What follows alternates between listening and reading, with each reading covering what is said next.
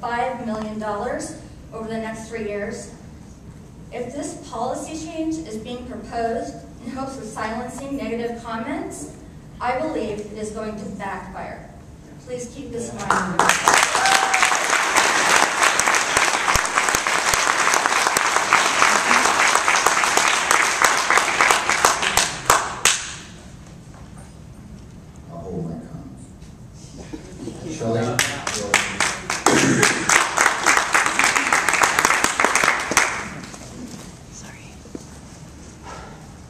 President Moss, Dr. McKelly, and Governing Board, I'd like to ask you tonight to please leave district policy on the open call to the public alone at the beginning of the meeting. It does not need any changing. I ask that all 5 of you accept, in your role as DV board members, the responsibility to honestly and openly consider all opinions and concerns of your taxpayer electors. And I want you to take seriously your fiduciary duties, your ethical duties, and your moral responsibilities to my community. I believe your attempt to change policy is an attempt to disguise real issues with this governing board. I've come to these board meetings over the last year to speak. I have introduced new material, and I'm not going to say every meeting, but I'm quite sure I had it planned for every meeting. I may have been cut off and interrupted. I believe that there has been an escalating attempt to silence your community's voice. Tonight, it's my opinion that this is a thinly veiled attempt to cover up what's transpiring, and I don't think you should make permanent changes to this community's policy. If we want to enforce policy, let's start with our conflict of interest policy. What's transpiring here is absolutely unacceptable. Stay on target. I will. I'd like to address the same newspaper article that Mr. Boone talked about at the beginning of the meeting. I too have had a chance to speak with Ms. Hill this year on multiple occasions. Only about this policy, ma'am. I believe he brought it up as a part of this policy, didn't he, at the beginning of the meeting? Yes, yes, he did. Yes, you did. Yes, you did. I'd like to remind everyone here that Ms. Hill has not heard the audio of meetings as far as I know, and I'm not sure it was presented to her before those comments were solicited in that article.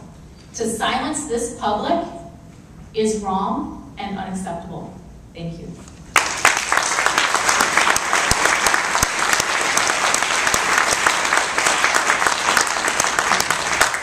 Julie? I'm sorry. Shawcross. Shawcross? Good evening. My name is Julie Shawcross, and I've been an active parent volunteer both at the district and in the local schools since 1996. I had a prepared statement, but I feel like with all the eloquent speakers ahead of me, it's hard to follow. So what I really want to say is I'm here to support leaving the public comments at the beginning of the meeting. I too, as many other busy parents who have put in a long day already, I see administrators here, I see principals here, I see teachers, I saw Cub Scouts, I saw children, all who probably had other things to do. I missed a football game, a freshman parent meeting, dinner with my family, and homework with my son who's waiting for his geometry help, all because I want to make a comment. I would ask you to leave comments at the beginning of this meeting. I think frankly, it's a shame that we've even gotten this issue to this level. Parents, students, and community members who wish to comment on Deer Valley School District issues should have the ability to do so, like other districts do, at the beginning of the meeting. Certain board members who might find it disruptive or inconvenient should remember that you are elected to serve and not be served. Shame on you for wasting both your time and ours by making us wait to the end of the meeting. I find that it's my belief that moving this comment to the end of the meeting is your attempts to silence some parents from things that I've heard in this district bringing up issues. I think if we listened tonight to all the children that were here, if I listened to the kids from North Terra Canyon, they talked about pride, doing what's right. How about that? I listened to the kids from South talk about team, together, everyone achieves more. Let's listen to them. How about the kids from Deer Valley Middle School that talked about citizenship and pride, and what pride meant to them of doing what's right? If we would listen to the children in this district, who these teachers teach, who these administrators support, who these parents support, maybe if we listen to the few things they said, like I did this earlier tonight, maybe we could all together, everyone could do more and get things done. Please leave the comments at the beginning for the sake of the parents and the active people in this community who want things done right. Let's do it, Billy.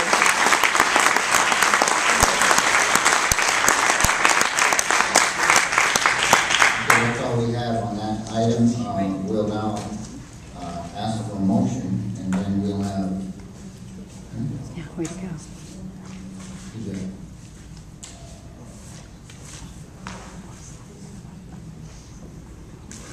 Rich Officer. Right. The topic of your, Yeah, it's on the public comments. it is not public comment? Absolutely. Okay, it doesn't say that. It says vendors or something. So anyway, if, please state your name, sir, and then go ahead and talk about public comment issue. Good evening. My name is Rich Hofker. I'm a father and a community member. Public comments are one of the few opportunities afforded the community and parents the opportunity to address concerns, issues, and discuss policies with the DVUSD school board. The reasons behind the decision to move the public comments to the end are quite clear for someone who's been watching the school board for well over about a year. It's to silence the public on clear conflict of interest issues that have been raised week after week after week with no response from this board. Mr. Boone stated that moving the comments to the end did not limit free opportunity to speak. Well, guess what it does? Frankly, we're all parents. It's been mentioned multiple times. We all have kids at home in bed, and we didn't have an opportunity to eat dinner with them, to do their homework with them, because we're here, because we care. Moving comments to the end means that it's that process every single time we want to come and interface and interact with this board. Additionally, Mr. Boone had indicated that the meetings had become out of control, as quoted in the newspaper, or his article that he quoted.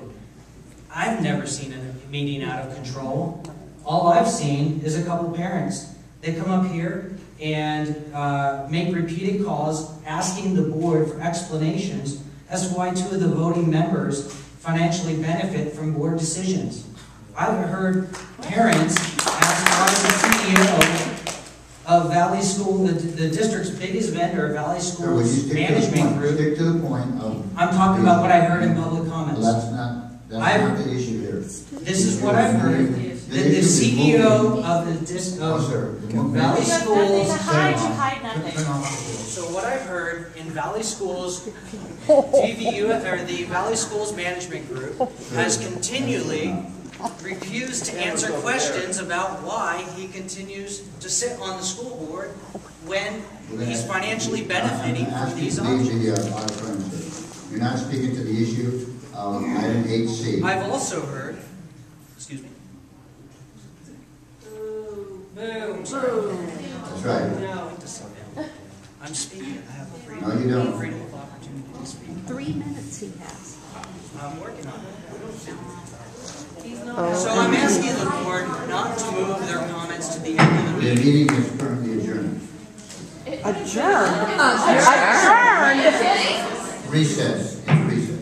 How long are you remain so late? What are you running away Ask from? your friend how long you're going to wait. You have 45 minutes before you can see it on TV. We'll wait all night if it takes it, sir, because you were speaking on the issue.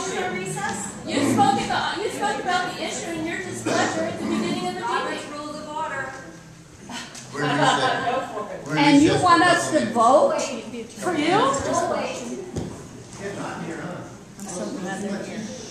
We'll tell our kids that you let us punish them. Well, obviously, when you have something to hide, you run away.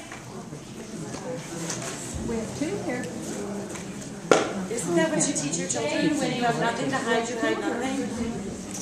Tom and Christy are still here. I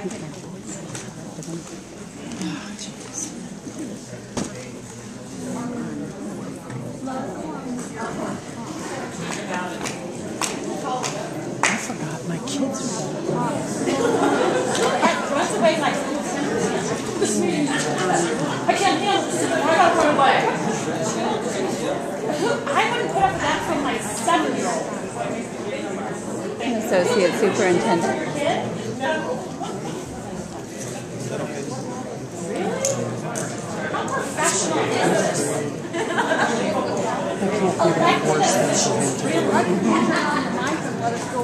What are you